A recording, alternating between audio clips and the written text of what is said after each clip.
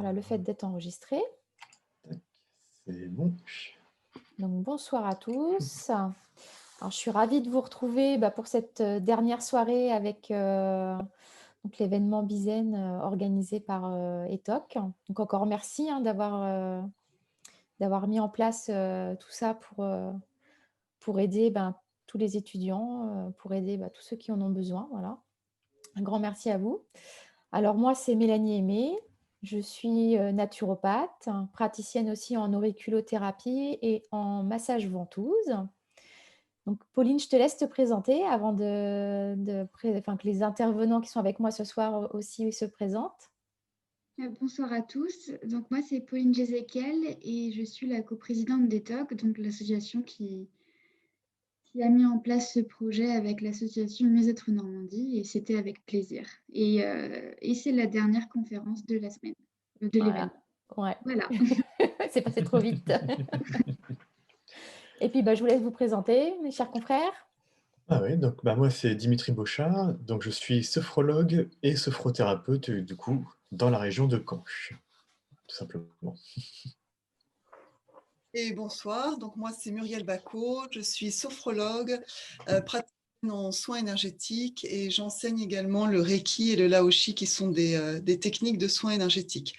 Et je suis basée à Ouistreham. Bien, donc on vous a concocté un petit programme tous les trois pour ce soir autour du thème donc le stress, toujours ce fameux stress. Mais là, ce qu'on va faire, c'est vous expliquer, le comprendre, comment ça fonctionne, le stress à l'intérieur du corps, la physiologie de tout ça, comment le gérer et finalement comment le laisser partir. Eh bien, je te laisse la parole, Muriel.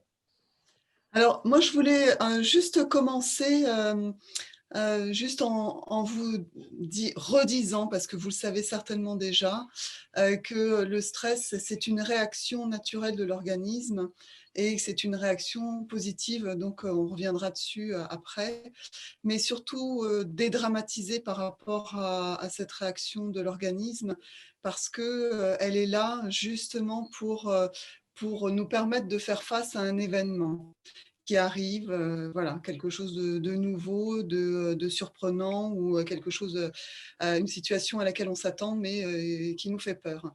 Donc le stress, c'est vraiment, voilà, faut dédramatiser parce que c'est vrai que dans la société, à chaque fois qu'on parle de stress, à chaque fois qu'on dit je suis stressé ou un tel est stressé, c'est une connotation négative. Donc, non mais c'est vrai, il faut arrêter avec ça parce que c'est pas négatif le stress, c'est quand même ce qui a permis à l'espèce humaine de rester sur Terre, alors qu'il y a beaucoup d'espèces animales qui ont disparu, voilà. Donc le stress c'est positif. Voilà, on commence par ça. Et justement, je vais laisser la parole à Dimitri qui va vous expliquer toute la physiologie du stress. Voilà, puis après, j'enchaînerai après. Voilà. Ok, merci. Donc ouais, le stress, on va déjà voir un peu comment ça fonctionne, surtout au niveau de notre cerveau. En effet, le stress, qu'est-ce qui se passe déjà quand on stresse, quand on est dans une situation de stress? Pour simplifier un peu ce que c'est que le cerveau, c'est très compliqué, toujours c'est un gros bordel pour expliquer le cerveau. On va simplifier pour dire qu'on a trois cerveaux principaux. On a le reptilien, le limbique et le néocortex. Voilà, on peut retenir ça comme simplification. Et imaginons une situation de stress. Alors imaginons par exemple que j'ai un exposé à faire, quelque chose à faire à l'oral devant tout un public qui va me regarder. J'arrive sur scène, tout le monde me regarde. Bon, là, je ne vois pas vos regards, mais on va imaginer que je vous vois là actuellement. Là, je commence à stresser. Ce qui va se passer au niveau du cerveau, c'est déjà le reptilien. Le reptilien, c'est le cerveau, la partie la plus primitive, qui va juste vouloir réagir à la situation par le mécanisme habituel, c'est soit je combats, soit je fuis, ou si je peux faire aucun des deux, je me fige. Voilà. Le cerveau reptilien, il veut faire juste ça. Du coup, il va activer tout ce qui est la sécrétion d'adrénaline, par exemple, pour booster l'organisme, de cortisol, pour gérer un peu l'équilibre de l'organisme, et c'est tout. À la base, la première réaction, c'est juste réagir pour soit combattre la situation, soit s'enfuir. Sauf qu'après, ce qui se passe, c'est qu'il y a le cerveau limbique qui arrive. Alors, le limbique, il est situé au niveau de la gestion des émotions et de la mémoire. Donc, imaginons, j'ai ma petite conférence en train de faire, mon exposé, j'ai mon public, mon reptilien dit: «D'accord, on se prépare à gérer ça». Le limbique arrive et dit: «D'accord, cette situation-là, est-ce que je la connais?» Donc il va fouiller dans la mémoire et prenons un cas négatif, par exemple. Imaginons que dans le passé, j'ai déjà essayé de faire des exposés à l'école, tout ça, ça s'est toujours très mal passé, je bafouillais, j'étais tout rouge, personne ne m'écoutait. Imaginons, j'ai plein de souvenirs négatifs de ça. Le limbique, qu'est-ce qu'il dit? Il dit: «Ah non, mais attends, ça je connais. C'est une situation négative de base, ça va être horrible. Donc du coup, je vais rajouter de l'anxiété en plus. Le stress va être de plus en plus fort parce que je vais me rappeler tout ce qui s'est mal passé, qui me rappelle cette situation-là maintenant». Donc le limbique, si ça s'est mal passé avant, s'il a des souvenirs trop négatifs, il va vraiment déclencher tout ce qui est phobique, tout ce qui est angoisse. Et à ce moment-là, arrive le troisième cerveau, le néocortex, c'est un peu le plus lent, c'est celui qui va analyser. Et lui, c'est simple, il arrive et il fait la synthèse. Donc, dans un point de vue négatif, dans ce cas-là, par exemple, il va dire: «Bon, qu'est-ce qui se passe? Je suis en train de faire une conférence, d'accord, j'ai le corps qui est agité et visiblement, j'aime pas ça et apparemment, je ne suis pas bon pour faire ça. OK, bah, on synthétise. Je ne suis pas fait pour faire des conférences, pour faire des exposés à l'oral. Je ne sais pas parler à l'oral». Et là, on a toutes les croyances négatives qui vont arriver en disant: «Bah, moi, de toute façon, je ne sais pas parler, je ne sais pas, discourir, je suis timide», voilà. C'est là qu'on se crée ce genre de croyances négatives au niveau du cerveau. Après, on va en parler un petit peu après aussi, parce que ça marche aussi dans l'autre sens. Au niveau positif également, si on a des ressources positives en soi, justement, le limbique, il va plutôt amener un point de vue positif. Mais ça, on va en reparler un petit peu après, justement, de comment retourner ce mécanisme. Parce que c'est vrai que notre cerveau, à la base, alors malheureusement, mais heureusement, on peut l'utiliser autrement, notre cerveau, à la base, est quand même bien programmé pour se concentrer sur ce qui est négatif de base. Parce que c'est vrai que le cerveau de base, il cherche à survivre. Donc ce qui Le reptile. l'intéresse, le reptilien, voilà. Il cherche à survivre. Du coup, pour survivre, il faut s'intéresser, selon lui, à tout ce qui peut être dangereux, donc tout ce qui est négatif et tout. Donc c'est pour ça qu'on va souvent avoir tendance à se focaliser sur tout ce qui est négatif comme situation, sur tous les éléments négatifs. Et c'est pour ça que pareil, dans notre mémoire, on va très facilement se rappeler automatiquement des souvenirs négatifs, des moments où ça s'est mal passé. Et alors que les moments où ça s'est bien passé, il peut y en avoir plein aussi, mais automatiquement, on va pas forcément aller les chercher. C'est ça qu'on va pouvoir travailler après. Mmh. Donc voilà, ce qu'on peut retenir quand on stresse dans une situation de stress comme ça, d'abord le reptilien qui arrive et qui veut juste réagir à la situation pour que ça aille mieux. Ensuite, le limbique qui rajoute un point de vue au niveau de la mémoire et de l'émotion par rapport à notre propre vécu. Et le néocortex qui fait juste la synthèse générale de bon, bah, qu'est-ce qui se passe. Voilà un peu comment ça fonctionne au niveau du cerveau quand on stresse. Après, je vous propose de passer à la suite du coup, pour en voir un peu plus. Ensuite, on passe au Mais microbiote si vous. Ouais. Donc moi, je vais expliquer un petit peu plutôt le lien entre justement ce système nerveux et le microbiote. Parce que ce n'est pas que un lien réaction cerveau, hein. Il y a aussi autre chose qui se met en place dans le corps. Donc, qu'est-ce que le microbiote? Déjà, il faut comprendre voilà, qu'est-ce que c'est? C'est un ensemble de micro-organismes, donc des bactéries, des virus, des levures, qui sont contenus dans notre corps. Donc, il y en a environ à peu près 300 à 1000 espèces par individu. Et ça représente l'équivalent pratiquement de 2 kilos de bactéries à l'intérieur de nous.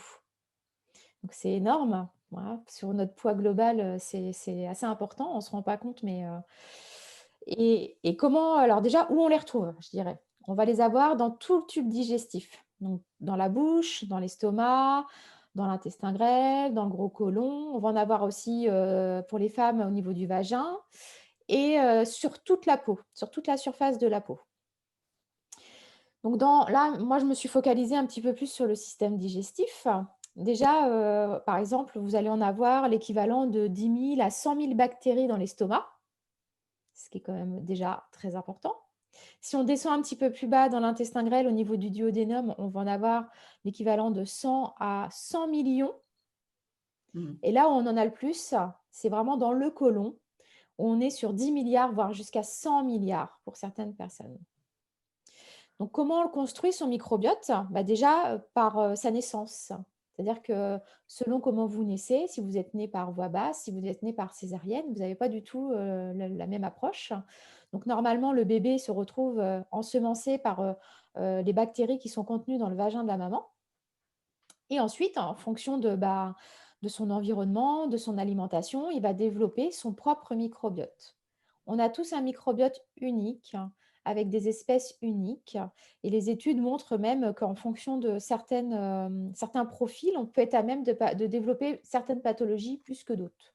Donc ça, c'est les neurosciences très récentes qui nous l'expliquent. Il y a tout un monde à découvrir vis-à-vis de ce microbiote. C'est très, très, très, très jeune encore. Mais les études commencent à affluer d'un petit peu partout, donc c'est vraiment intéressant. Donc, quel est son rôle déjà? Dans notre corps, il va nous aider à dégrader tout ce qui est mangé. Donc, les fibres, les acides aminés, les glucides, tout ça, c'est son rôle de dégrader tout ça.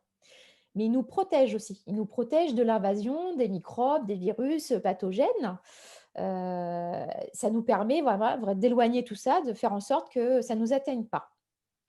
C'est aussi notre réserve de notre système immunitaire. Aujourd'hui, on sait que le système immunitaire est très en lien avec notre ventre et qu'on est à peu près à hauteur de 70% de ce système immunitaire à cet endroit-là. Donc, hyper important. Ensuite, c'est aussi un régulateur d'appétit. Il va nous aider à savoir si on a plus faim, si on a encore faim, si on est rassasié ou pas. Voilà. Ça fait partie aussi des petits signaux en fait qu'ils envoient pour nous dire stop, c'est bon là, on est bien. Et puis j'ai pas encore faim, c'est votre période de latence en fait entre deux repas. Si lui il est rassasié, les déclenchements de l'envie de manger ne vont pas se faire. Par contre, si lui, il a déjà fait son job et qu'il a fini de bosser, c'est bon, il faut que tu m'amènes ce qu'il faut, quoi. Là, j'ai la dalle, quoi. Ensuite, il nous permet aussi de synthétiser toutes les hormones et neurotransmetteurs, notamment aussi, du corps. Il y a certaines vitamines aussi qui s'occupent, dont il s'occupe, donc notamment la vitamine K, la vitamine en lien avec la coagulation du sang. Et vous avez aussi les vitamines du groupe B aussi et certaines enzymes. Voilà. Donc, on est en symbiose avec lui. Ils ont besoin de nous, on a besoin d'eux. Et l'un sans l'autre, on ne peut pas vivre. Mais qu'est-ce que vient faire ce microbiote avec notre système nerveux? Eh bien, en fait, ils communiquent ensemble. Alors, ils ont plusieurs voies de communication. On sait aujourd'hui qu'il y a à peu près 500 millions de neurones dans notre intestin qui sont reliés aux neurones de notre cerveau. C'est ce qu'on appelle en fait le système nerveux entérique. Et du coup, ce petit système nerveux-là entérique envoie certaines informations là-haut. Et il participe vraiment à cette gestion du stress et à cette gestion des émotions. Ce n'est pas un hasard si on dit, par exemple, il y a plein d'expressions comme ça qu'on pourrait ressortir. La situation, là, j'ai du mal à la digérer. Pourquoi on dit ça? Enfin, voilà, c'est très bizarre. Ou je sais pas, ça me pèse un peu au niveau du ventre. Enfin, on en a plein. Là, j'aurais dû les noter pour vous en sortir parce qu'il y en a des tonnes. Et pourquoi? Parce que certains neurotransmetteurs sont à l'origine de ce microbiote. Et il y en a une en particulier qui m'intéresse plus que les autres, c'est la sérotonine. Elle est fabriquée à 95% ici. Et la sérotonine, c'est l'hormone du bonheur, comme on l'appelle. Donc, elle est très intéressante quand ça part un petit peu en vrille au niveau du stress, parce que la sérotonine, elle est partie loin, quoi. Et quand ça ne va pas au niveau du ventre, ça ne va pas au niveau de la tête. Donc, ce système nerveux-là, avec ce ventre, c'est une vraie autoroute. Les échanges se font de haut en bas. Et on va retrouver plusieurs voies de transmission. Donc déjà, la circulation sanguine va être facteur de transmission de pas mal d'informations. On va retrouver la voie immunitaire, bien sûr, vu que des fois, on perçoit certaines bactéries ou certains virus pathogènes, c'est eux qui vont détecter ça dans notre bol alimentaire. Ils vont faire alerte, alerte, alerte pour que le corps réagisse. On va avoir la voie endocrine, donc la voie des hormones, et on va avoir la voie nerveuse, donc notamment avec le nerf vague, le nerf sympathique aussi. Donc là, il y a plein de neurotransmetteurs qui font des allers-retours. Et par moment, on se demande presque qui c'est qui a les commandes, si c'est eux ou si c'est nous. Et ouais, ça, on peut se poser beaucoup la question. Alors, dans les neurotransmetteurs qui vont nous intéresser aussi sur cette gestion du stress, je vais vous en citer quelques-uns qui sont intéressants. Alors, on va retrouver par exemple la dopamine. Donc elle, on peut la qualifier de neurotransmetteur de l'énergie. C'est elle qui nous donne l'action pour démarrer, qui nous donne envie d'entreprendre, qui nous donne la motivation. Donc celle-là, elle est super importante. On va avoir la noradrénaline avec sa petite compagne adrénaline. Donc l'adrénaline est plutôt sécrétée en cas de, voilà, d'un stress intense où voilà, faut vraiment, c'est l'ours qui sort de la forêt et il faut courir. Voilà, on a un coup de cortisol, adrénaline, on y va quoi, hein. Et noradrénaline, en fait, c'est l'accélérateur. C'est ce qui nous donne, voilà, je cours plus vite quoi. J'y vais, j'y vais. On avance. Et dans les études, je dirais que c'est un peu ce qui va vous aider sur la concentration.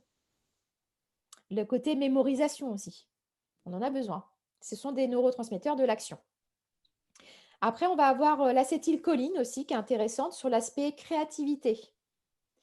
Ça permet d'avoir une ouverture d'esprit, d'être un petit peu peut-être novateur dans ce qu'on fait. L'intuition aussi, ça vient par ce biais-là, hein. Donc moi, je l'aime beaucoup. Donc là, on est plutôt dans les modes toujours un petit peu action. Et puis après, on a celle du système parasympathique, qui sont par exemple GABA et sérotonine. Donc GABA, c'est le self-control, c'est le fait d'être cohérent, altruiste, pondéré dans ce qu'on fait. Et puis la sérotonine, c'est la joie de vivre, c'est la tranquillité, c'est l'harmonie, c'est la séduction, voilà, tout ce qu'on veut, mode je suis cool, quoi. Et on a besoin des deux. Et notre système nerveux, bah, selon si on est en orthosympathique, qui va s'attaquer avec les neurotransmetteurs de dopamine, adrénaline, noradrénaline, acétylcholine. Et quand on est en parasympathique, eh ben, c'est plutôt GABA, sérotonine, etc., etc. Donc, bah, je dirais qu'il faut comprendre que le microbiote a son impact aussi sur cette gestion du stress. Si vous ne donnez pas à manger correctement à ce microbiote, forcément, à un moment donné, ça cafouille aussi. Et si ça cafouille aussi avec des mémorisations ancrées, comme disait tout à l'heure Dimitri, des anciens trucs qui sont restés en croyances négatives, eh ben, les deux associés, c'est le feu d'artifice. C'est un peu les personnes qui ont cette hyper-émotivité qui se met en place et qui n'arrivent plus à gérer quoi que ce soit parce que ben, y a quelque chose de l'ordre de la sécurité, de la mémoire en fait qui s'est engrammée, et ce microbiote qui est là, qui surréagit alors qu'il n'y a pas lieu d'être, quoi. Tout est question d'équilibre. On réagit bien si tout est en équilibre. Parce que le stress, c'est normal. Après, c'est la barre ou le niveau, la limite où on est situé qui fait la différence.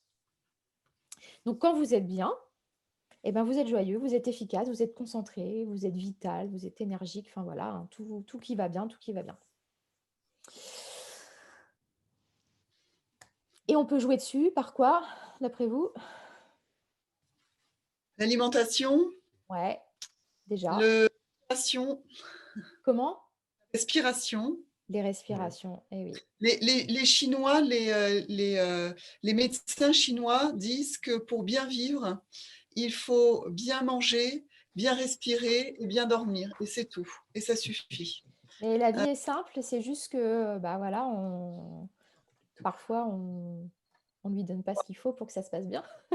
Nos cadences de vie, hein, qui font notre rythme de vie, qui fait aussi que, voilà, j'imagine que quand on est étudiant dans des écoles comme ça de haut niveau, on doit suivre des cadences assez effrénées et bon, bah, forcément, ça génère du stress, ça génère des inquiétudes, ça génère un rythme qui s'accélère. Et le rythme qui s'accélère, ça fait stresser. Voilà. Alors, est-ce que je peux rebondir sur ce que tu disais, Mélanie? Eh mais vas-y, Muriel, hein. Toujours dans la compréhension du stress. Donc, Mélanie nous expliquait les différentes hormones qui sont sécrétées par le corps donc pour stimuler l'apprentissage, stimuler la compréhension, stimuler la créativité, etc. Il faut savoir qu'il y a un rapport entre l'intensité du stress et la performance. Donc, la performance dans son travail ou dans un examen, par exemple.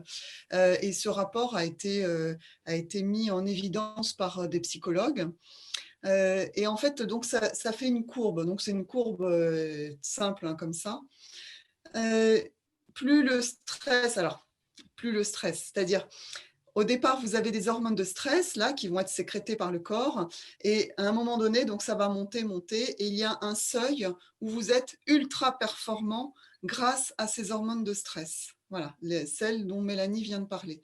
Donc, il faut le savoir parce que je reviens sur ce que je disais en préambule.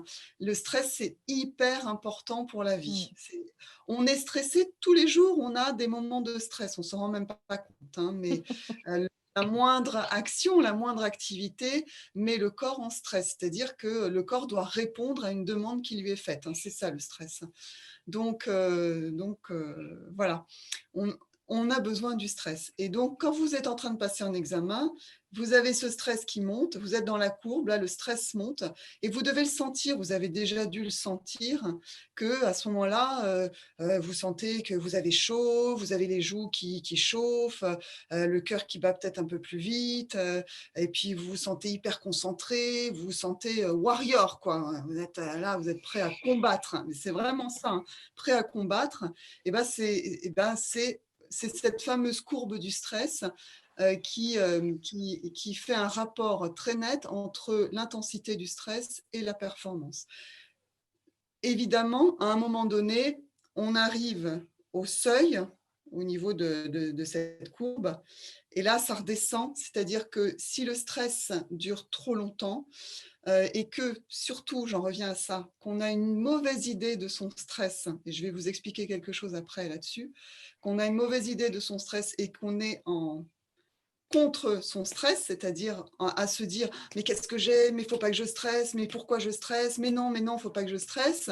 Et bien là, le stress va devenir délétère, c'est-à-dire que toutes ces hormones que l'on sécrète, déjà, le corps va en sécréter trop, et ça va être un peu la noyade, et à ce moment-là, la performance descend.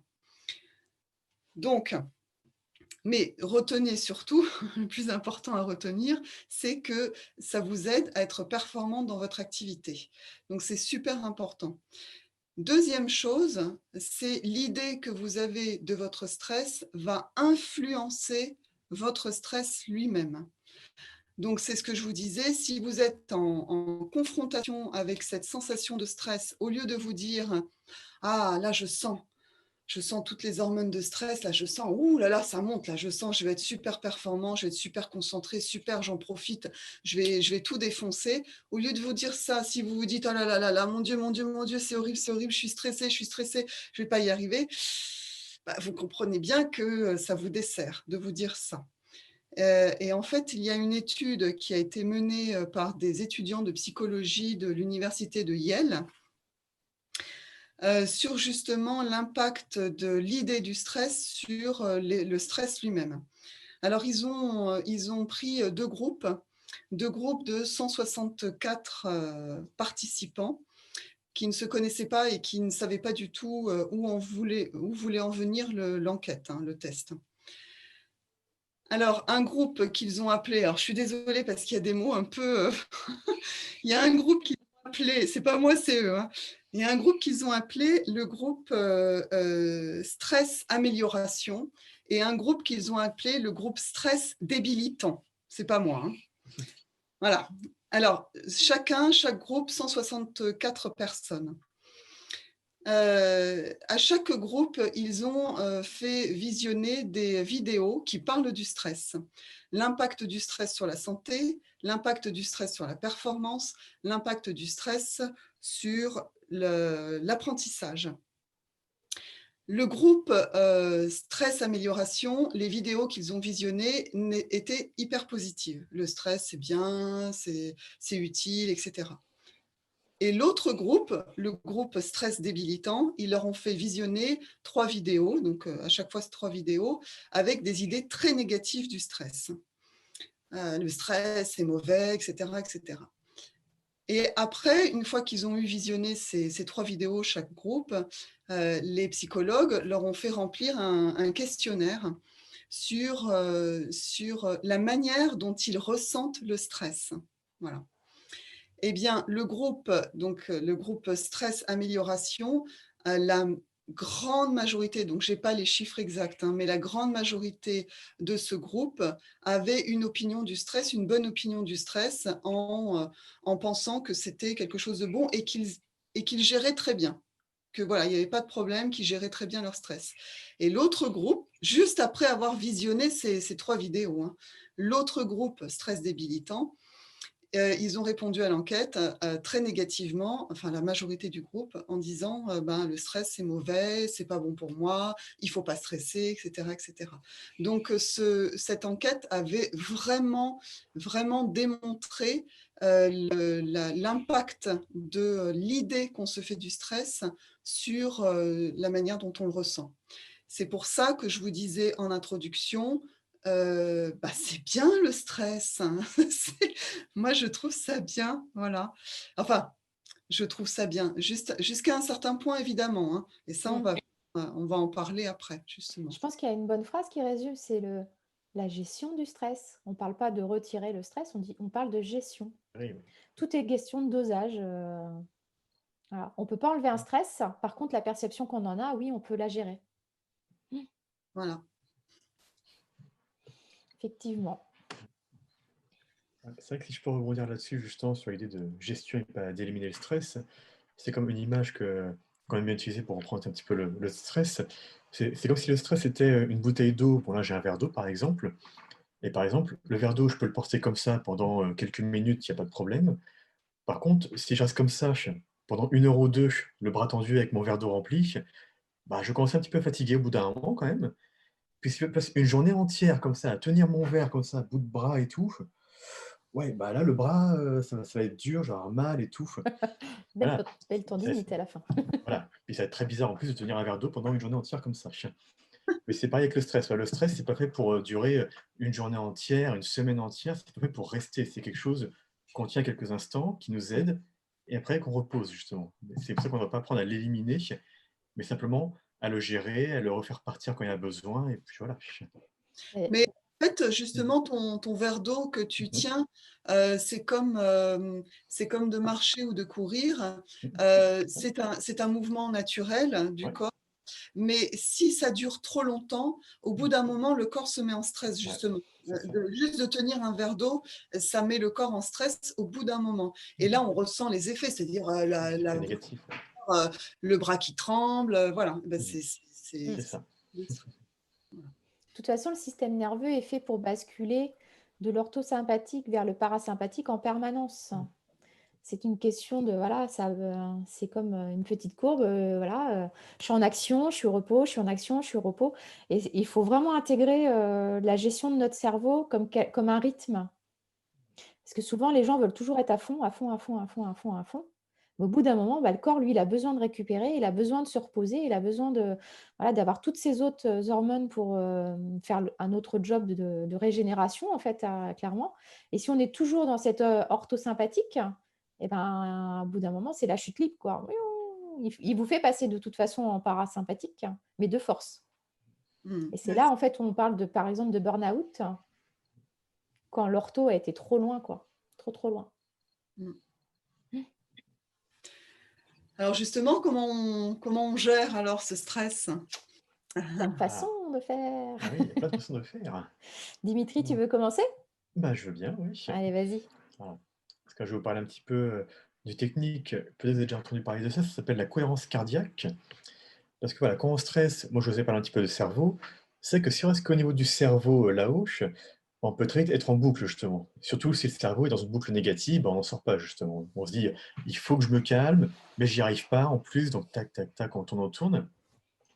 Donc du coup, l'idée, ça va être d'être plutôt descendre au niveau du cœur. Alors pourquoi le cœur aussi? Parce qu'en fait, on s'est rendu compte que comme le ventre, le cœur aussi a des neurones en fait. Mm. Vraiment, on pense toujours que c'est le cerveau qui a les neurones, c'est la tête pensante ici. En fait, c'est comme si on avait 3 cerveaux. Un Ouais, là-haut, un au tout à fait. cœur, un dans l'estomac. C'est juste qu'on utilise trop souvent que celui-là, justement. Bon, Donc, c'est le ventre qui parle beaucoup quand même. et le ventre parle beaucoup. Mm. Et c'est que nous, on a beaucoup mis en avant le côté le grand cerveau dans la tête, le grand maître de tout le corps, alors qu'en fait, pas du tout. C'est juste une commande en fait. C'est Il ça. faut le prendre comme une commande. Et oui. C'est un appliquant. Ouais. C'est pour ça que le cœur, voilà, quand on stresse beaucoup, on voit que le cœur s'agite. Et par exemple, au niveau du cerveau, c'est le système limbique au niveau des émotions qui va paniquer aussi parce que mon cœur s'agite, mon corps est agité, du coup c'est inquiétant, voilà, on va stresser encore plus. Du coup, une technique qu'il peut y avoir, ça va être de réussir à calmer d'abord le cœur. Parce que ce qui se passe, c'est que quand le cœur se calme de lui-même, déjà, ça active le système parasympathique, donc ça relâche un petit peu tout le corps. Et puis le cœur va envoyer l'information au cerveau de moi je suis calme, on est calme, tout est calme. Et le cerveau, cette fois-ci, il va pas encore tourner dans une boucle de oui, je sais pas, je suis pas sûr. Le cerveau, il va juste prendre l'information de le cœur me dit qu'on est calme, on est calme. Et le cerveau va se calmer aussi. Du coup, on pense souvent que c'est le cerveau qui influence tout le reste. Mais par contre, si on parle du cœur, le cœur peut influencer aussi le cerveau et le calmer. Mm. Voilà. Donc, le cœur, donc la cohérence cardiaque, c'est une technique pour mettre justement ce qu'on appelle son cœur en cohérence et pour le calmer justement. Donc, après, il y a plein de techniques différentes pour mettre le cœur en cohérence cardiaque. Alors, il y a des techniques comme le fait par exemple de méditer en se concentrant sur sa zone du cœur, justement, d'écouter les battements du cœur, de se concentrer dessus.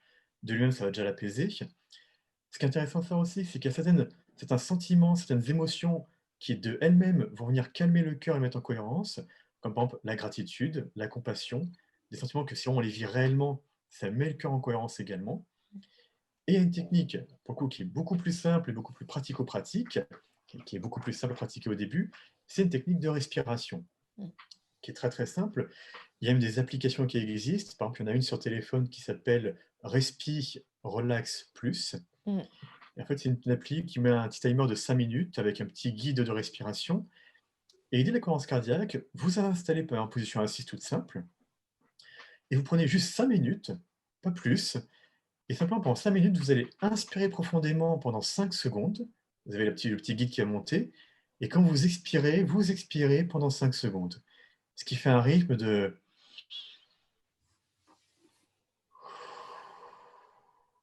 Mm. Et sans aucune pause. Vous allez faire ça, et dès que vous terminez la respiration, vous recommencez. Et hop, on monte, on descend, pendant 5 minutes, c'est vraiment comme une vague qui monte et qui descend. Et cette respiration-là assez particulière, ça va faire en sorte que le cœur de lui-même va ralentir, se calmer et devenir beaucoup plus régulier. Voilà. Donc, hop, tiens, une question. Ah, il y a un petit écho, désolé.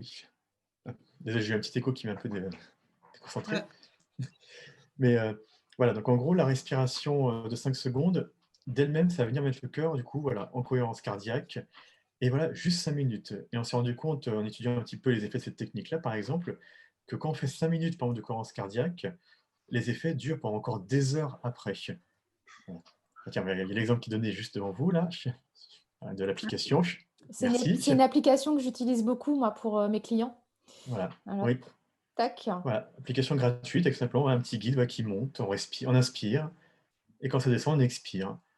Et on a le timer, et on fait 5 minutes en se concentrant comme ça, en inspirant, en expirant. Et vraiment, les effets durent jusqu'à au moins 3 heures et des poussières, il me semblait que c'était ça dans l'étude. Mm. Plus de 3 heures derrière, les effets sont encore visibles, en tout cas dans le corps. Donc voilà. Donc voilà, une des techniques pour gérer le stress, encore une fois, ça ne va pas l'éliminer, ça va justement faire redescendre la pression. Si justement ça monte trop haut, on se pose, on respire, et ça va redescendre. Donc vraiment, une technique qui est possible, la cohérence cardiaque, descendre dans le cœur pour sortir de la tête. Voilà. Petit slogan au passage.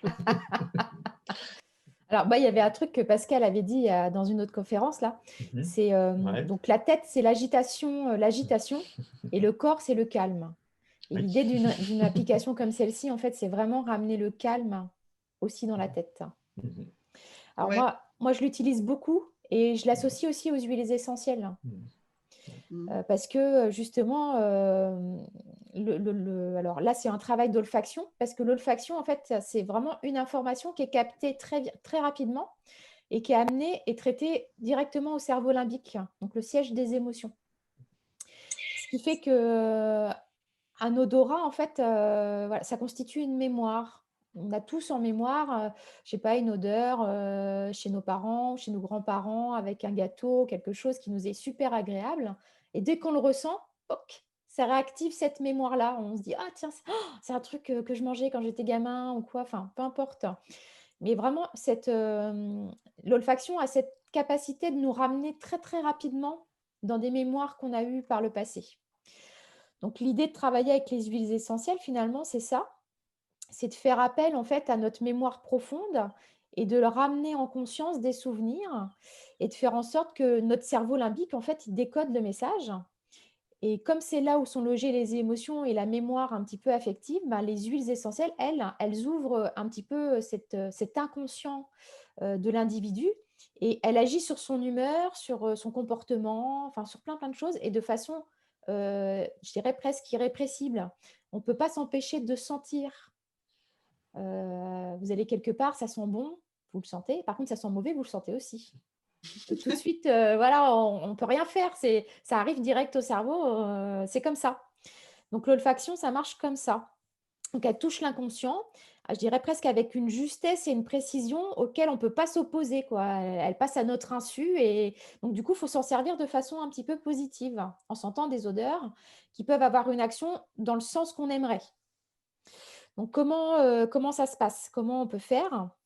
Eh ben, on respire une huile essentielle. Donc l'huile essentielle, elle a des molécules aromatiques qui traversent notre muqueuse olfactive et qui est très très proche forcément de notre système, de notre cerveau, de notre système nerveux. Et du coup, l'hypothalamus, qui est au centre, qui est une petite glande qui est au centre de notre cerveau, qui est un peu le chef d'orchestre de toutes ces sécrétions aussi à l'intérieur de notre corps et qui est hyper, hyper sensible au stress. S'il y a bien une glande qui est sensible au stress, c'est celle-ci. Et comme c'est le chef d'orchestre de toutes les autres, eh ben, il vaut mieux être copine avec parce que c'est pareil, sinon ça se passe mal.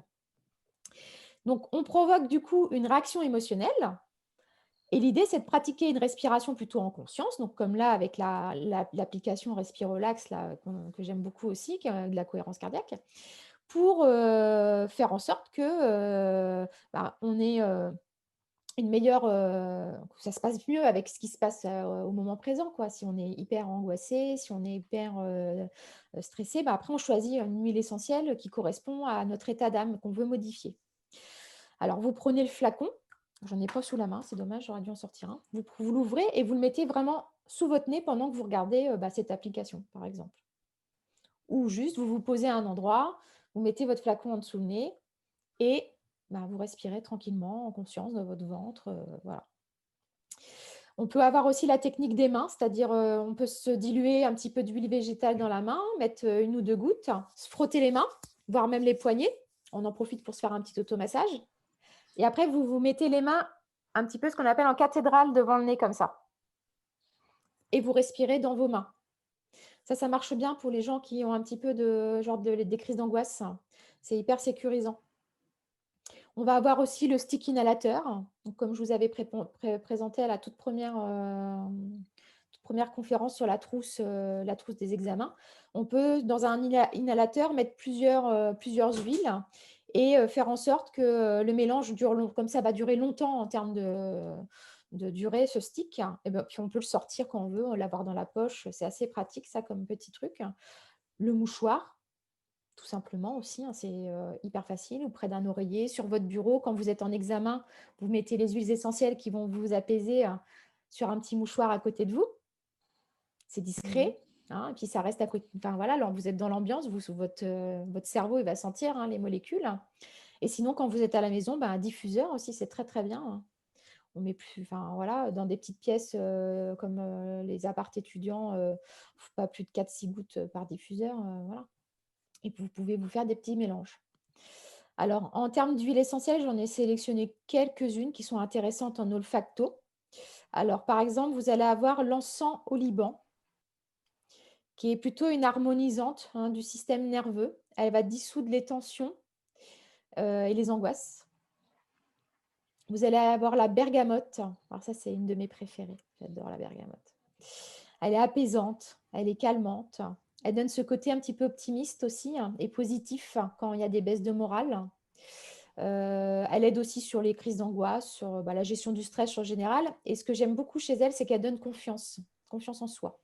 Alors, elle a cette capacité à ramener de la confiance, du calme à l'intérieur, un côté un petit peu, je vais rebondir, quoi. Pac. Voilà. Il y a un petit peu ce côté zesté là, qui est sympa chez les agrumes, qui font que c'est doux, mais ça vous fait un petit coup de peps, quoi. Il y a aussi l'épinette noire, que j'aime bien. Alors, elle, c'est une neurotonique. Donc, elle peut vous donner le petit côté boostant qui vous manque le matin, si ça manque un petit peu de dopamine pour lancer le starter. Par contre, si vous êtes très fatigué, elle va vous amener vers le repos. Elle est un peu qui tout double. Elle tonifie le mental et elle clarifie aussi l'esprit. Et ensuite, le gingembre papillon. Donc, j'insiste vraiment sur papillon, gingembre papillon, parce qu'il y en a plusieurs sortes. Elle est vraiment anti-stress, aussi relaxante. Et elle a une action sur le côté psycho-émotionnel, un petit peu plus importante que les autres, par contre. Et voilà. Après, il n'y a pas que l'olfaction comme ça. On pourrait très bien aussi faire des bains, se masser. Ça marche très, très bien aussi comme ça. Il y a des petits mélanges qui peuvent être sympas aussi pour aider. Alors, typiquement, sur le côté angoissé, moi, je vous inviterai à aller vers des choses comme la camomille romaine, la lavande, qui sont très, très bien aussi. La marjolaine à coquille. Alors, celle-ci, je l'utilise vraiment aussi beaucoup avec mes clients pour aider à l'endormissement notamment. La mandarine, plutôt la rouge, qui est intéressante.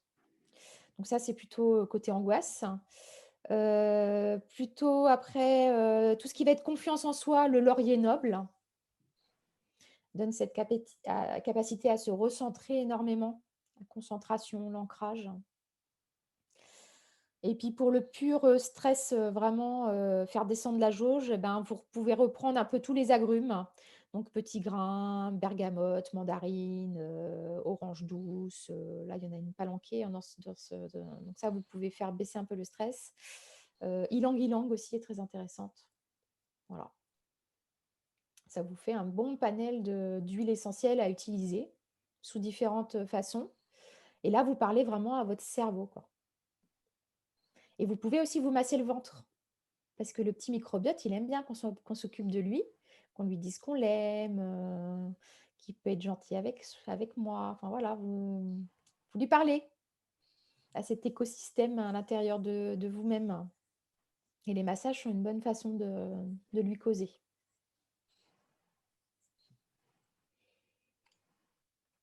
Alors, je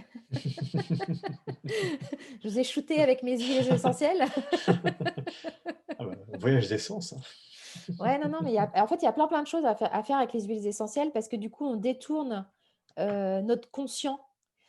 On est toujours dans la volonté de faire quelque chose, je veux, je veux, je veux. Mais finalement, si l'inconscient, lui, il a décidé de faire autre chose parce il pense que c'est bon pour vous, et ben, le je veux, c'est pipeau, quoi. Que les huiles essentielles, elles vont bosser à votre insu sans que vous vous en aperceviez et elles tireront toujours le meilleur pour vous, quoi. Donc, c'est un bon outil pour en tout cas, gérer ce stress. Quand ça devient trop, que ça vous dépasse et que vous ne savez plus comment faire, bah, les huiles essentielles, elles vont vous aider vraiment à ramener cet apaisement et associé à des respirations, bah, c'est juste parfait, quoi. Bon, parfait. Alors, j'ai vu que Muriel avait eu un petit coup de déconnexion. Ouais, on a perdu Muriel. Alors, en plus, je crois que c'était à elle de partir sur quelque chose de tête. Ouais, je crois que c'était elle après toi. Bah ouais, mais c'est pas grave. Pareil, si dans la gestion aussi, bah, on peut reparler un petit peu de ce que je vous avais dit avec les fleurs de bac. Donc là, les fleurs de bac, ça travaille un petit peu différemment, hein. C'est plutôt un aspect énergétique. Mais en tout cas, c'est pareil, hein. Ça peut aider au niveau de la gestion du stress, hein. Donc, pour ceux qui n'avaient pas vu, quand les replays seront peut-être en route, vous pourrez regarder la trousse des examens où j'ai détaillé plusieurs fleurs de bac qui peuvent être intéressantes pour la sphère étudiante. Voilà, il y en a plein, plein, plein, plein, plein. J'ai fait une petite sélection, mais voilà. Après, le plus connu et je dirais le plus universel, c'est le Rescue. Mais si vous voulez vraiment travailler de façon individuelle, il faut vous créer un mélange personnalisé, quoi, en fonction de qui vous êtes. Vous vous connaissez, vous savez comment plus ou moins vous réagissez quand vous êtes stressé. si vous allez être plus irritable, si vous êtes plutôt en mode machine de guerre, si au contraire, là, vous mettez les cas de fer et puis vous dites, ah, je n'y arriverai pas, je laisse tomber. Enfin, voilà, vous savez comment vous fonctionnez plus ou moins, donc il faut vous créer votre mélange à vous, quoi, vraiment. Du coup, Muriel, tu avais quelque chose Muriel. à... On t'a perdu un petit peu, tu es revenue, ça y est. Moi, oui, je voulais aussi, alors je voulais rebondir sur ce que disait tout à l'heure Dimitri, la cohérence cardiaque. C'est vrai que ça, vous pouvez tout à fait le faire avant un examen. Si vous vous sentez super stressé avant l'examen, vous prenez 5 minutes, vous essayez de vous isoler et vous avez l'application sur votre smartphone et vous pouvez faire l'exercice. Alors, l'avantage en fait d'avoir l'application, c'est que si je vous dis, il n'y a pas de souci, vous vous asseyez quelque part et puis vous respirez et puis ça va aller mieux. Je vous dis ça, évidemment, vous n'y arriverez pas. Vous allez vous asseoir, vous allez essayer de respirer, puis vous allez dire, mais j'arrive pas à me détendre, hein, d'accord ? Toutes les pensées et tout. Ouais. L'avantage de l'application, c'est qu'en fait, vous êtes concentré sur cette boule qui monte et qui descend, et du coup, vous ne pensez à rien d'autre. Parce que vous êtes tellement concentré à suivre la boule que vous ne pouvez pas penser à autre chose. Et donc, ça, c'est bien aussi, ça permet de faire redescendre la pression, le fait de ne plus penser à rien, voilà, de couper un peu toutes les pensées. Et puis, je voulais aussi parler d'autre chose, d'une autre technique qu'on a en sophrologie. Alors là, c'est plus en amont, c'est plus pour préparer. On disait tout à l'heure, toute cette physiologie du stress, il faut savoir que ça fonctionne que la situation soit réelle, que la situation soit imaginée ou que la situation soit anticipée. Au niveau du cerveau, ça fera exactement les mêmes réactions. Par exemple, je vous dis fermez les yeux et imaginez qu'on vous annonce, alors j'y vais fort, hein, mais qu'on vous annonce le décès de quelqu'un. Si vous le faites vraiment, vous allez voir que vous allez avoir les larmes qui vont monter alors que la situation n'existe pas du tout. D'accord ? Donc ça, c'est très important de le comprendre parce que déjà, il faut éviter d'imaginer que ça va mal se passer, que vous allez vous planter, par exemple, et éviter d'anticiper. En revanche, avec la sophrologie, donc il faut être avec un sophrologue en entretien individuel, hein. Vous pouvez justement utiliser cette faculté du cerveau pour anticiper, mais anticiper positivement. Donc, le sophrologue vous guide, vous parle, vous guide. Ça ressemble un petit peu à l'hypnose, mais on n'est pas aussi bas dans le niveau de conscience que l'hypnose. Il vous guide, il vous emmène à l'examen, donc dans la situation qui génère du stress chez vous.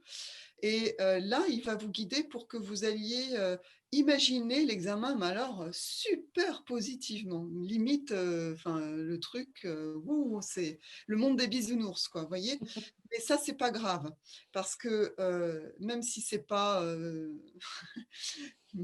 même si c'est exagéré, c'est pas grave, parce qu'en fait, le cerveau, il va réagir exactement de la même manière que si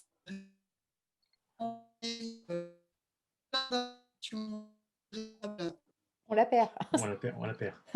On te perd, Muriel. Ah zut. Tu redis ta dernière phrase, on n'a pas entendu ce que tu as dit. Je disais, si vous répétez l'exercice, parce qu'évidemment, il faut répéter l'exercice régulièrement avant l'examen, à force de répéter l'exercice, eh bien, en fait, le cerveau enregistre ce que vous avez répété. Et le jour où l'examen arrive, c'est comme si vous l'aviez déjà vécu. Et donc, vous êtes beaucoup plus positif, beaucoup plus sûr de vous, même si vous allez quand même sentir de stress, qui est important, et même si vous allez certainement un petit peu douter, vous allez arriver avec beaucoup plus de confiance en vous. Voilà. Donc ça, c'est l'utilité finalement en sophrologie. On utilise ce côté-là du cerveau qui analyse la situation, même si elle n'est pas réelle. c'est quand même fou, quoi. Et elle n'est pas réelle, la situation. Et ben, on se met quand même dans des états de stress. On regarde un film d'horreur, on est super stressé, alors qu'on n'est pas en train de vivre, on n'est pas en train de se faire zigouiller. Et ben, on est quand même super stressé. Voilà. Donc, c'est exactement pareil. Et donc, l'idée, en fait, c'est d'anticiper. Mais ça, c'est très difficile de le faire tout seul. Donc, c'est pour ça que le sophrologue est là pour guider et pour anticiper la situation et travailler. Donc là, moi, je vous parle beaucoup du cerveau, moi. Moi, c'est cerveau, Dimitri, c'est cœur et Mélanie, c'est ventre. Et voilà, vous pouvez utiliser cette capacité du cerveau à bon escient. Voilà. Ah oui, c'est tellement plus facile comme ça. Ben oui. Alors, du coup,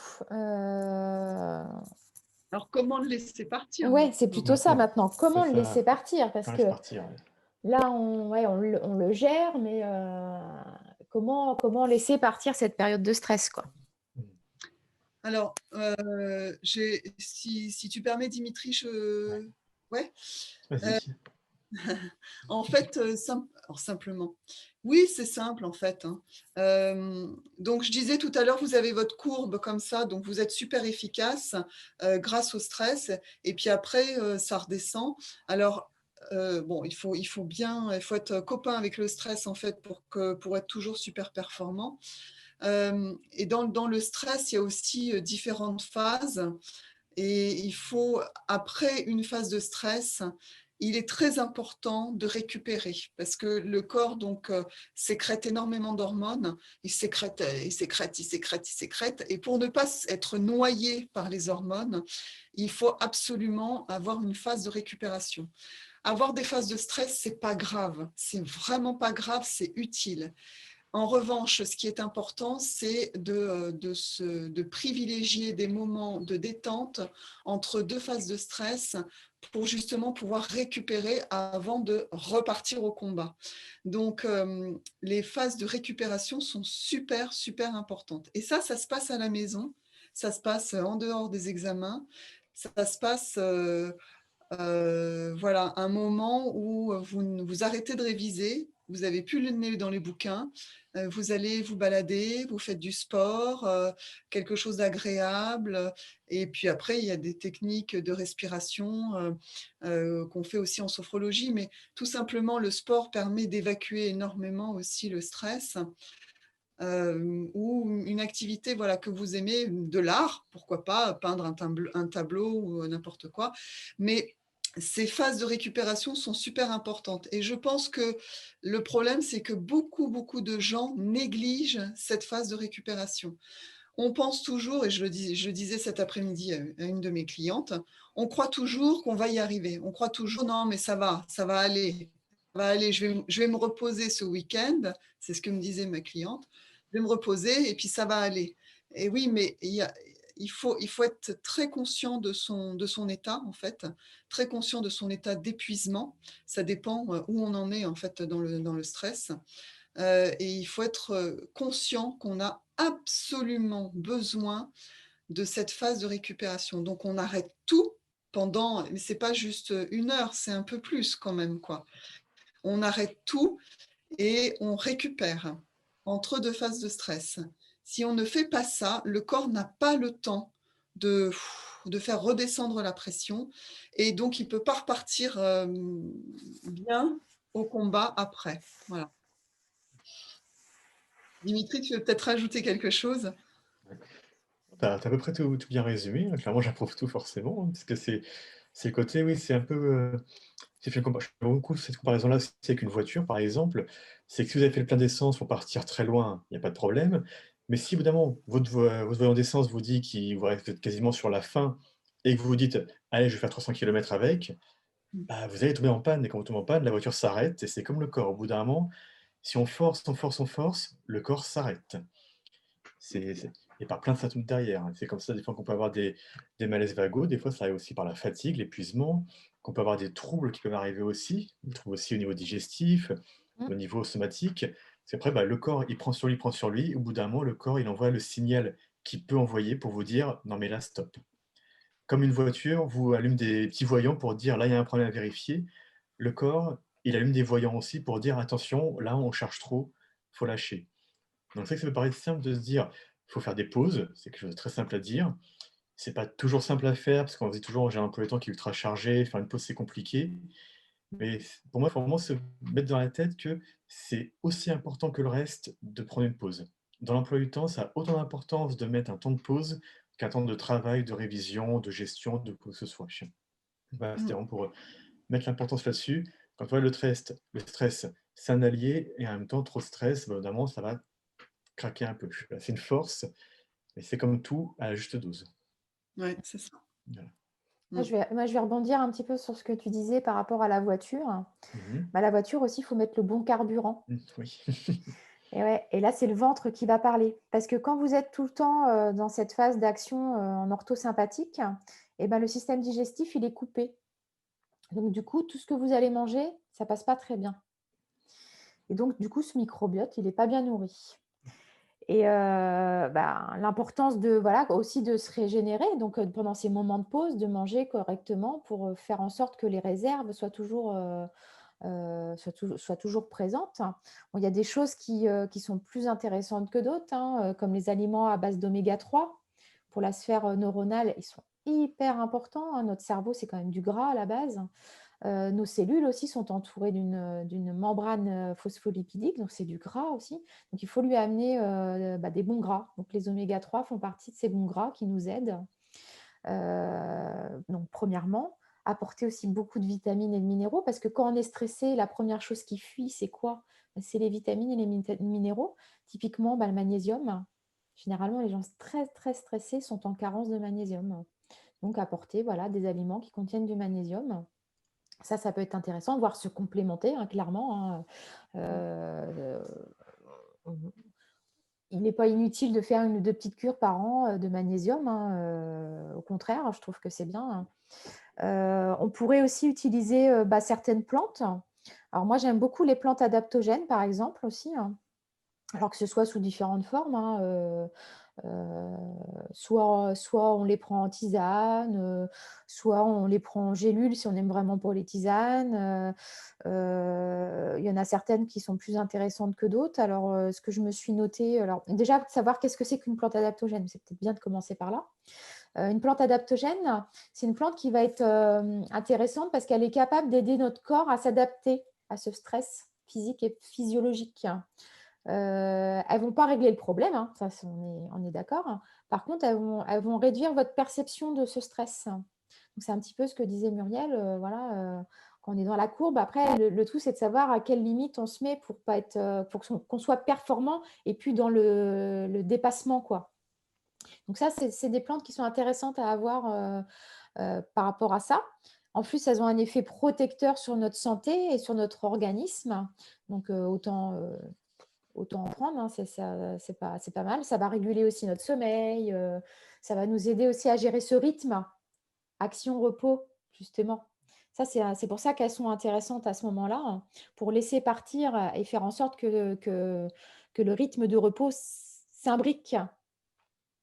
Elles vont aussi nous aider à normaliser tout ce qui est capacité neuromotrice. Donc, pas mal aussi, hein, par rapport à ça. Alors, elles vont très bien en plus avec le type de minéraux comme le magnésium. Ça marche très très bien ensemble. Une que j'aime beaucoup, alors le Eleutérocoque. Si je vous l'épelle, ça s'écrit Eleutherocoque, si je ne me trompe pas. Donc, c'est une petite plante qu'on trouve sous plein de formes, hein, en tisane, en teinture mère, en gélule. Enfin là, vous faites comme vous voulez. Donc celle-là, moi, je l'aime beaucoup. Il faut faire des petites cures avant parce qu'elles ont aussi, oui, c'est ça, je n'ai pas expliqué, elles ont une action un petit peu différée. C'est-à-dire qu'on va en consommer il faut peut-être en consommer pendant 3 semaines pour avoir les pleins effets de la plante. Une plante qui n'est pas de chez nous, mais par contre qui est quand même assez intéressante, c'est l'ashwagandha. Une autre aussi que j'aime bien, comment ça s'appelle déjà? La rhodiola. Ça, je l'aime beaucoup, celle-ci. Enfin, moi, je m'en sers beaucoup, hein. Euh, et un bon mélange. Alors, je sais pas si je me demande si je ne l'ai pas sorti d'ailleurs, ce mélange-là. C'est eleutérocoque avec du ginkgo biloba pour la trousse. Je crois que je l'avais sorti celle-ci, hein. Parce que du coup, le ginkgo va augmenter les capacités de la circulation cérébrale. Et comme le thérocoque aussi a une action sur tout ça, et ben, ça amplifie le côté révision, montée de stress, etc. Tout ça, ça vous aide à gérer cet aspect-là. Je sais que quand j'ai repris mes études, la première chose qu'on m'a dit, c'est prends ce truc-là, c'est génial. Bah oui, j'en ai consommé pas mal, hein, j'avoue. Qu'est-ce qu'on va encore avoir en, en nourriture? Essayer aussi, parce que le stress acidifie énormément le corps, donc éviter tout ce qui est aliments acides, ça c'est la base, et le sucre notamment aussi. Parce que contrairement à ce qu'on pense, on est très attiré par le sucre parce qu'on croit que ça nous donne de l'énergie, mais en fait c'est un faux ami parce qu'il vous acidifie de l'intérieur et finalement le stress il en est encore plus haut, quoi. Il monte encore d'un grade. Au lieu d'être juste là où il faut pour être performant, il vous fait partir dans les tours, quoi. Donc évitez tout ce qui est sucrerie. Tournez-vous plutôt vers voilà, les petits oléagineux par exemple qui sont riches en oméga 3 du coup. Et qui en plus, vous feront pas prendre de poids. Pour les jeunes femmes, c'est quand même bien. Et puis voilà, moi je pense que déjà sur l'alimentation, si on règle bien ces choses-là, c'est déjà beaucoup.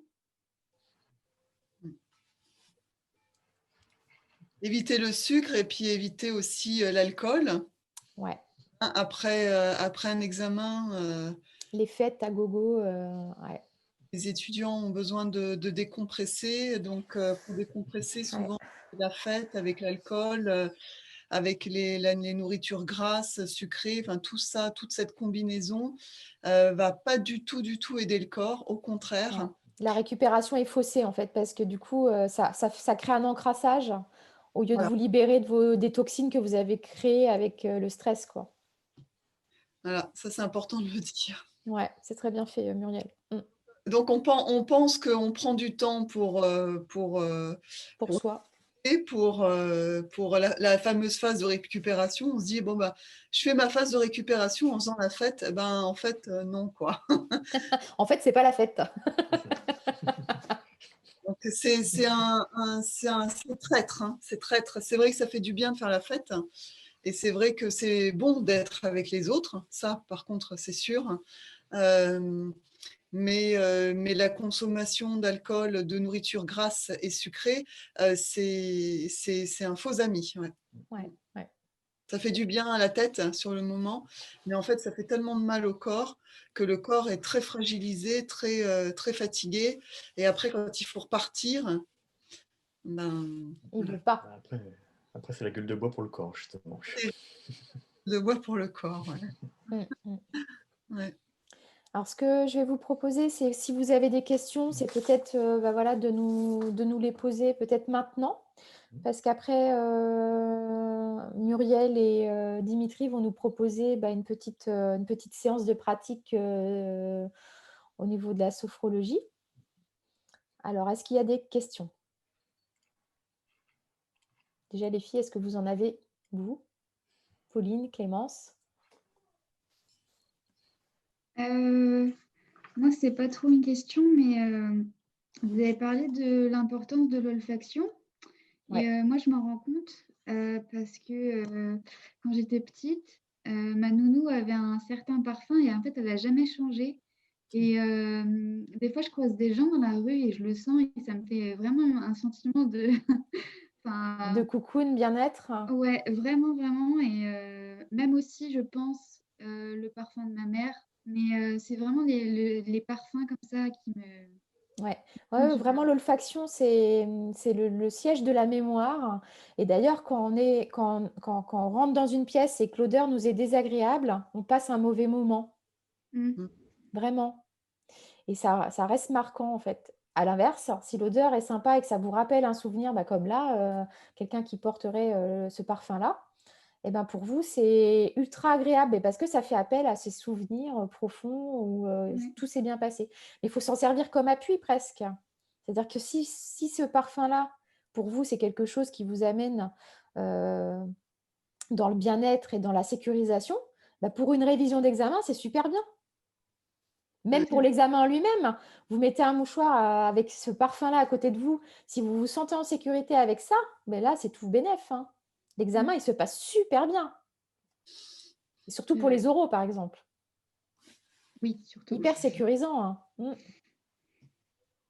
C'est vrai. Il faut s'en servir. Il y a une Ah, question du coup de vas-y. Stéphanie. Je Oui, pense que c'est toi qui pourrais y répondre, Mélanie, du coup. oui. Pouvez-vous nous Alors, conseiller un magasin pour pouvoir nous procurer ces plantes adaptogènes, car on en trouve partout et on ne connaît pas la qualité? ouais, alors là, Mmh, oui, je effectivement. c'est ça. Oui. Bon, moi, principalement, déjà, je me tournerai vers des boutiques, plutôt bio ou des herboristeries spécialisées.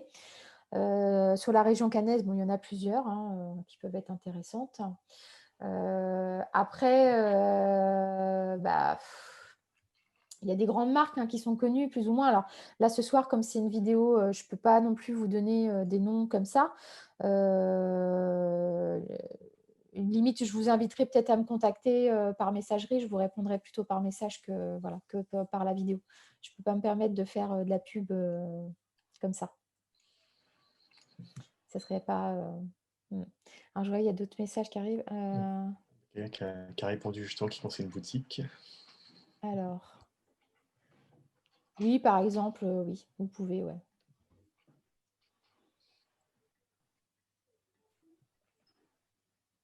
Tac. Est-ce qu'il y a d'autres questions?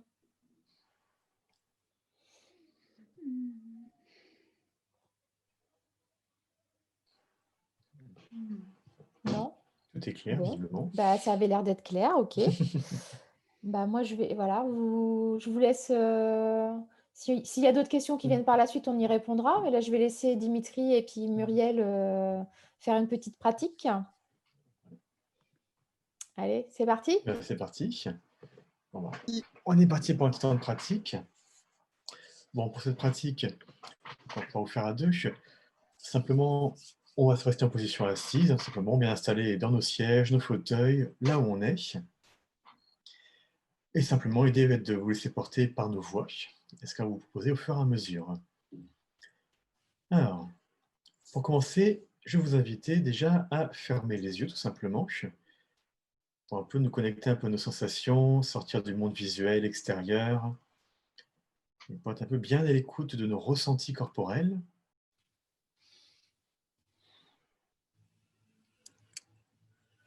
Voilà, petit temps déjà d'ancrage, de sentir toute notre position assise,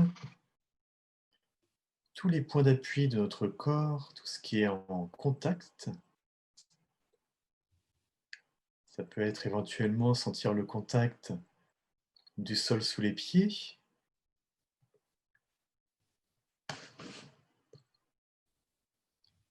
éventuellement le contact de l'arrière des cuisses et des muscles fessiers dans l'assise.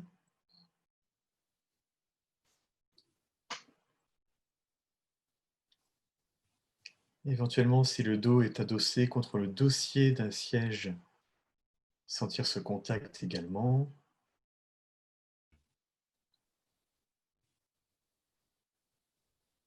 Et le contact de nos deux bras et nos deux mains, tranquillement installés.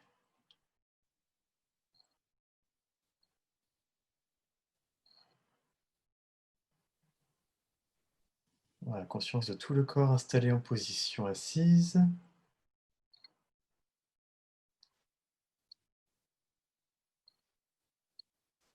Voilà, et tout en laissant à l'extérieur tous les sons qu'il peut y avoir à l'extérieur. Portons quelques instants notre attention tout d'abord sur notre respiration naturelle. Sans chercher à la modifier, simplement on observe la sensation de l'air qui rentre à l'inspire et qui ressort à l'expire. le rythme naturel.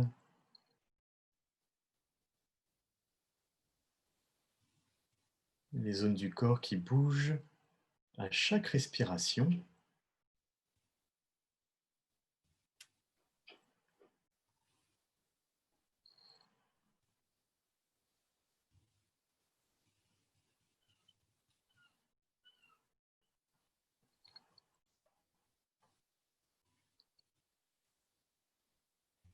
Ouais, tout simplement, tout en restant connecté un peu avec sa respiration, bien installée. Prenons un instant pour imaginer que nous partons de la tête pour descendre jusqu'au cœur. Comme si nous portions toute notre attention au niveau du cœur à cet instant.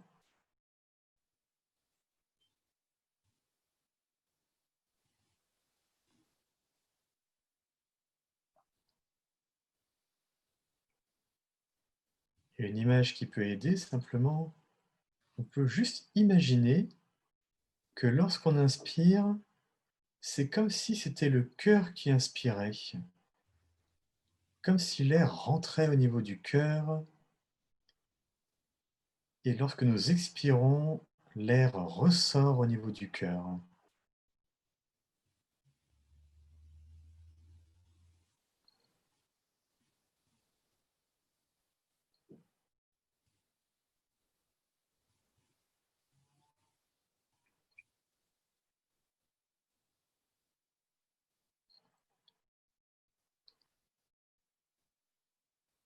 Et juste en ayant conscience de cette idée de l'air qui rentre et ressort au niveau du cœur, je vous invite à adopter un rythme de respiration un peu plus profond, où lorsque vous allez inspirer en comptant mentalement jusqu'à 5, et arrivé à 5, vous expirez doucement en comptant à nouveau jusqu'à 5, et nouvelle inspiration. Voilà, vous prenez votre propre rythme de 5 secondes sur 5 secondes.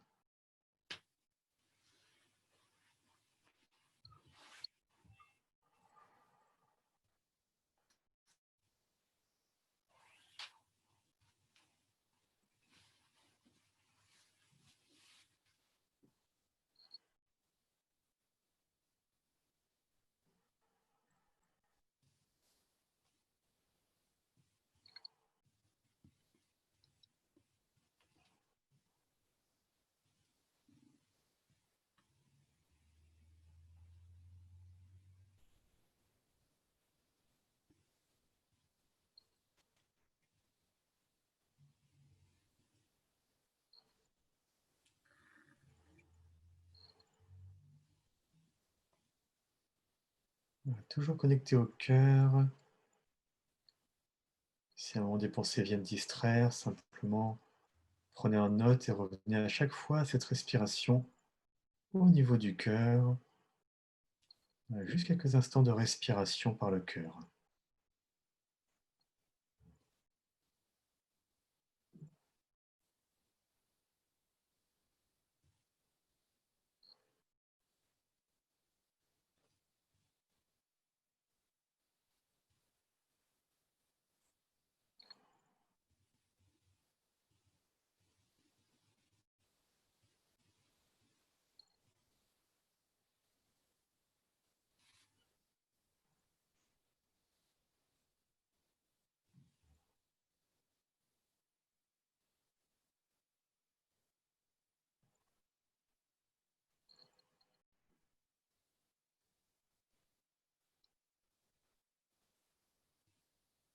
Voilà, prenez encore simplement une ou deux grandes respirations au niveau du cœur.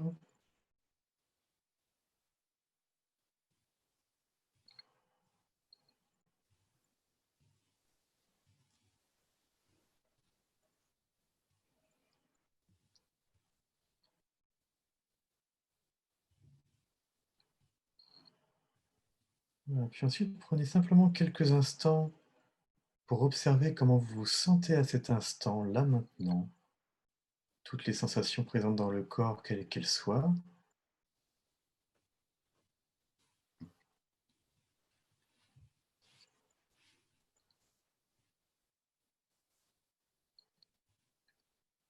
Voilà, et pendant que vous prenez ce petit temps d'observation, de ressenti,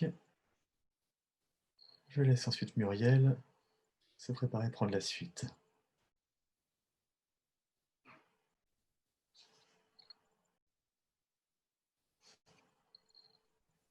Vous sentez certainement une sensation d'apaisement dans votre corps, dans tout le corps, ici et maintenant. Et je vous propose maintenant de vous transporter dans un endroit très agréable, un endroit de nature, peut-être un endroit que vous connaissez ou un endroit totalement imaginaire, le paradis sur terre. Vous vous transportez dans cet endroit, alors peut-être que votre esprit vous propose plusieurs endroits. Essayez d'en choisir un seul.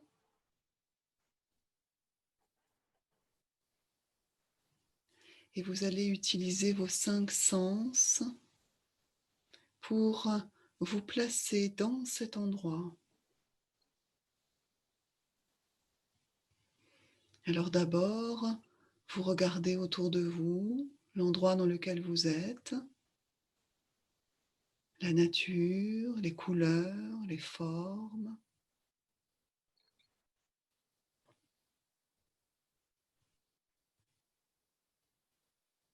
La luminosité de l'instant.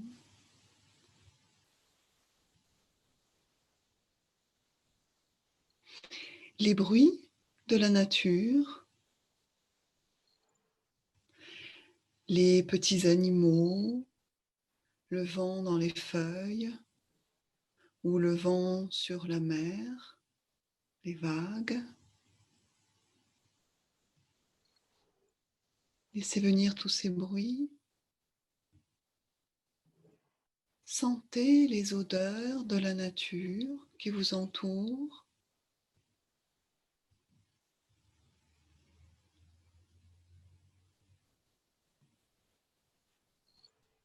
Toutes les odeurs agréables, les fleurs, la mer, le sable, les arbres.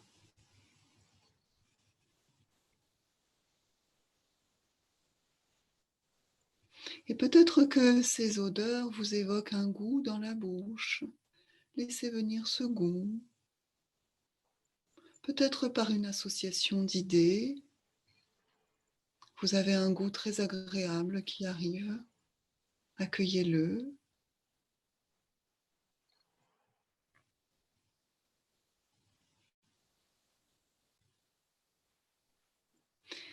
Et puis vous touchez la nature qui vous entoure. Sentez la sensation sur vos mains, sur vos doigts. Touchez les feuilles, touchez les troncs d'arbres, touchez la mer, le sable, selon là où vous vous trouvez.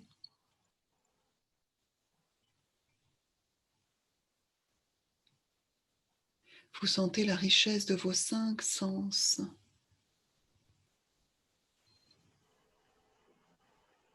Et puis vous sentez tout votre corps.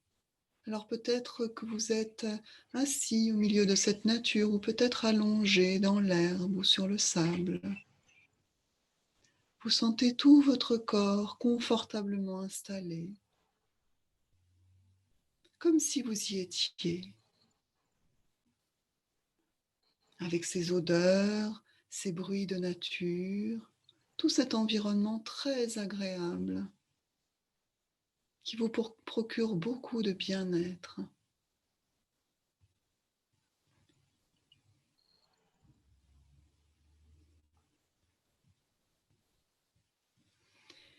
vous allez mobiliser en vous toutes ces sensations agréables. Vous inspirez en mobilisant, voilà, tout ce qui est agréable, les odeurs, la sensation du corps, détendu, bien-être. Et vous soufflez, c'est comme si votre souffle partait à l'intérieur de votre corps et venait distribuer dans tout votre corps tout ce bien-être. Inspirez en mobilisant ces sensations positives. Soufflez, c'est toute la région du cœur qui se remplit de toutes ces petites fleurs, de tous ces moments, ce moment agréable. Tout cet espace de la poitrine, du cœur, se remplit de bien-être.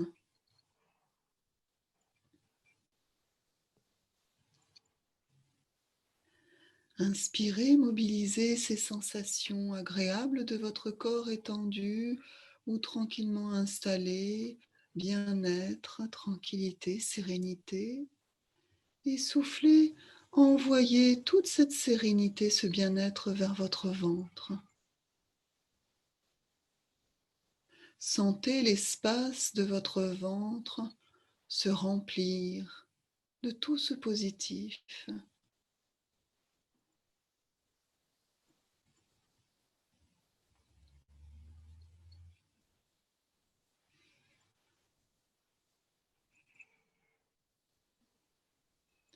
Inspirez, mobilisez toutes ces sensations agréables, les petits oiseaux qui chantent, les bruits de la nature. Soufflez et distribuez tout le long de votre colonne vertébrale. Sentez tout ce bien-être s'installer le long de votre colonne vertébrale, dans tous les tissus, la peau, les muscles, les os, dans tous les organes de votre corps.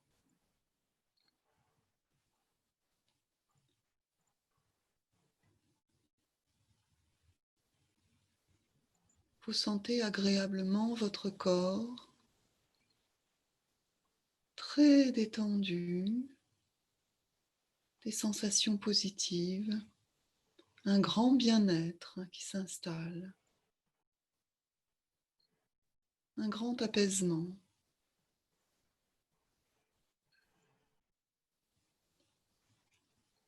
Vous allez conserver en vous toutes ces sensations de bien-être, de positif. Vous les conservez en vous, dans toutes les cellules de votre corps. Maintenant, vous laissez partir cette situation, cet endroit. Vous le laissez partir et vous le placez dans un champ de votre conscience où vous savez que vous pourrez le retrouver dès que vous en avez besoin. C'est comme une petite fenêtre qui peut s'ouvrir. Dès que le besoin se fait sentir, la fenêtre s'ouvre et toutes les sensations agréables reviennent. À présent, laissez partir cette situation. Revenez ici et maintenant. Et à nouveau, sentez tous les points d'appui de votre corps.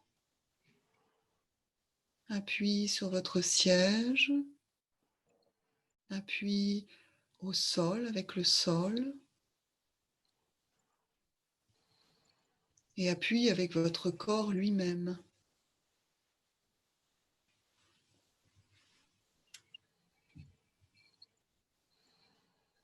Vous sentez bien votre assise, vous sentez bien vos pieds au sol. Pour revenir très tranquillement, vous allez prendre de grandes respirations et tranquillement vous allez remettre votre corps en éveil. Vous ouvrirez les yeux tout en dernier. D'abord, vous allez vous bouger vos doigts, vos poignets, vos mains. Vous allez étirer vos bras tout en faisant de grandes respirations. Puis vous allez bouger vos orteils, vos chevilles, vos pieds. Vous allez étirer vos jambes. Voilà, continuez à prendre de grandes respirations, bâillez, étirez tout votre corps comme bon vous semble, comme après une bonne nuit de sommeil. Oh, je me réveille, oh, j'ai bien dormi, c'était agréable. Bâillez, vous pouvez vous masser la nuque, les épaules, le visage. Vous pouvez vous frictionner le cuir chevelu pour bien remettre votre corps en éveil. N'hésitez pas à vous automasser.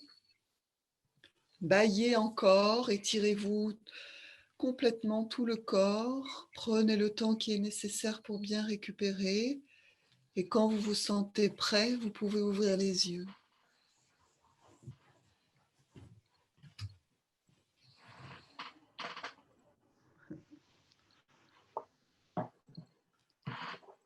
Ça va?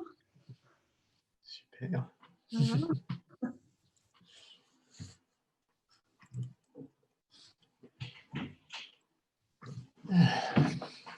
Ah, est-ce que c'est apaisant? Merci Muriel, oui. Bon retour à tous. C'est très apaisant. Mm. Surtout après une journée, je trouve que c'est quelque chose qui, voilà, tu laisses partir vraiment ces tensions qui sont là et limite c'est, voilà, tu détaches ces tensions, mais c'est dynamisant aussi, c'est-à-dire moi quand je me réveille après un truc comme ça, j'ai l'impression que voilà, je vais refaire toute ma soirée à fond les ballons, quoi. Enfin, tout le monde n'est pas comme ça, j'avoue, hein, mais ouais, ouais, ça détache certaines Ouais. choses, quoi. Ouais.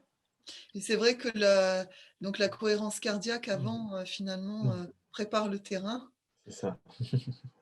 ça met en Mm. condition. Et puis après, se mettre dans les 5 sens, là, dans tout ce qu'on ressent, dans toutes les sensations, bah, ça nous permet de nous sentir vivants aussi, hein, Ouais. sentir vivants. Et de sentir ce qui est le plus important dans la vie, hein, c'est d'avoir toutes ces sensations, quoi, avec les sens. Ouais, ressentir. C'est tellement riche. Voilà. C'est tellement riche. Et oui. Alors, je ne sais pas s'il y a encore des nouvelles questions avant qu'on se quitte. Merci pour vos réponses et merci à Marielle et Dimitri pour cet exercice relaxant. Plaisir. Avec plaisir. Ouais. Ouais. Merci beaucoup. Bah, du coup, moi, je vais remercier du coup ETOC, voilà, pour ces 15 jours passés avec vous. Ça a été super agréable. Au nom de l'association Mieux-être Normandie, je remercie aussi tous les intervenants qui ont participé à cet événement. Hein, voilà, c'était très bien aussi de travailler comme ça à plusieurs, avec plusieurs pratiques différentes à chaque fois. Enfin, moi, j'ai trouvé ça très intéressant comme approche, en tout cas. J'espère que ça vous a plu aussi de l'autre côté de l'écran. Voilà, je laisse la parole à Pauline et Clémence. Voilà, qu'est-ce que vous voulez dire, vous, à votre tour? Eh ben, on voudrait vous remercier aussi en retour d'avoir participé à notre projet et d'être intervenu dans toutes nos conférences. On a choisi, en tout cas, on a essayé de choisir des thématiques qui correspondaient le plus aux étudiants et vous avez réussi à apporter des choses dans chacune d'elles. Donc, merci pour eux, quoi. Pour vos petits conseils et vos techniques. Et moi, enfin, là, c'est moi qui parle, c'est pas ETOC. J'ai appris pas mal de choses et j'ai surtout pris conscience de certaines choses avec tout ce que vous avez pu nous dire. Donc, je suis vraiment ravie pour ça. Et aussi, merci à tous les participants. C'est toujours un plaisir de faire un projet qui plaît. Donc, voilà. L'idée aussi, c'est si jamais des personnes ont d'autres questions, tous les intervenants restent disponibles via le site de l'association Mieux-être. Vous allez retrouver les adhérents et aussi sur les amis du mieux-être pour les personnes qui ne sont pas adhérents mais qui sont adhérents à l'autre association, voilà, comme Muriel, Dimitri. Vous allez les retrouver toutes leurs coordonnées sur les amis du mieux-être. Oui, donc pour compléter un peu ce qu'a dit Pauline, du coup, on vous remercie encore d'avoir cru en notre projet et d'avoir fait ce projet avec nous malgré voilà, la crise sanitaire, de pouvoir faire un événement à distance malgré tout, c'était vraiment bien. Après, on tient à remercier aussi le SUMS qui a pu participer à ce projet en plus de l'association Mieux-être Normandie. Donc, c'est le service universitaire de médecine préventive et de promotion de la santé. Donc, c'était très intéressant aussi. Et puis, on vous remercie aussi de faire continuer ce projet grâce à, en offrant des séances découvertes aux étudiants. Donc, on fera le tirage au sort ce week-end normalement. Et puis voilà, donc que l'association paye grâce aux subventions de l'université et du Crous Normandie. Et voilà, encore merci. Ah bah super. Voilà. Je pense que tout est dit. Dimitri, tu veux ajouter quelque chose? On a perdu Muriel à nouveau. Ouais. On a remplacé supplément. La pauvre, elle n'a pas un super réseau. C'est ça. Encore, ça s'est pas trop mal passé. Oui, ça a été. Parce que franchement... ouais, ça s'est pas trop mal passé. On a eu peur ce matin. Alors voilà, c'est bon. C'est ça. Donc, je vous laisse dire un petit mot peut-être chacun et puis après, on clôture pour cette année. Ouais. Oui, ce que je peux dire, c'est un vraiment plaisir de participer. Donc, merci beaucoup d'avoir organisé ça. Donc, merci à vous, à ETOC, à Maison Normandie. Et c'était vraiment intéressant parce que c'est vrai que moi, j'ai fait des vidéos enregistrées, j'ai fait des conférences en direct. C'est vrai que du coup, en visio comme ça, je n'ai pas encore l'habitude. J'aime bien voir les gens, voir les regards et tout. Donc là, c'est particulier, mais c'est assez intéressant à faire. Donc, du coup, j'ai bien aimé pouvoir faire ça avec vous, pouvoir proposer des outils, des techniques, des connaissances. Voilà, donc c'était super sympa. Donc, grand merci à vous d'avoir participé à ça et d'avoir organisé ça. C'était vraiment un plaisir pour moi. Voilà. Et toi, Et Muriel? moi, vous me voyez, vous m'entendez? On t'entend. Tu bouges plus, mais c'est pas grave, on t'entend. Moi aussi, c'était un plaisir. Ce qui était simple, c'était de faire ça à trois, en fait, avec nos trois spécificités. Ah, et on l'a perdu. Bon, ça n'a pas tenu. Voilà, ça met du suspense. En tout cas, je vous souhaite à tous et à toutes une belle continuation. Ouais. Passez une belle année. Maintenant, vous avez tous les outils entre vos mains pour arriver à gérer votre stress, vos examens. On aura le plaisir de rencontrer les personnes qui gagneront les bons, pour les accompagner aussi d'une autre façon, de manière plus individuelle. Et s'il y a quoi que ce soit, vous savez où nous trouver. Voilà, c'est ça que j'aurais à ajouter. On me sent bien. À très bientôt et encore merci à ETOC. Voilà. Okay. Merci beaucoup. Bonne soirée à vous tous. Bonne soirée, bonne au continuation. revoir. Merci à vous aussi. Et à bientôt, on espère. Pourquoi pas l'année prochaine? Quand vous voulez. Au Bonne revoir. soirée. Au revoir. Au revoir, bonne soirée.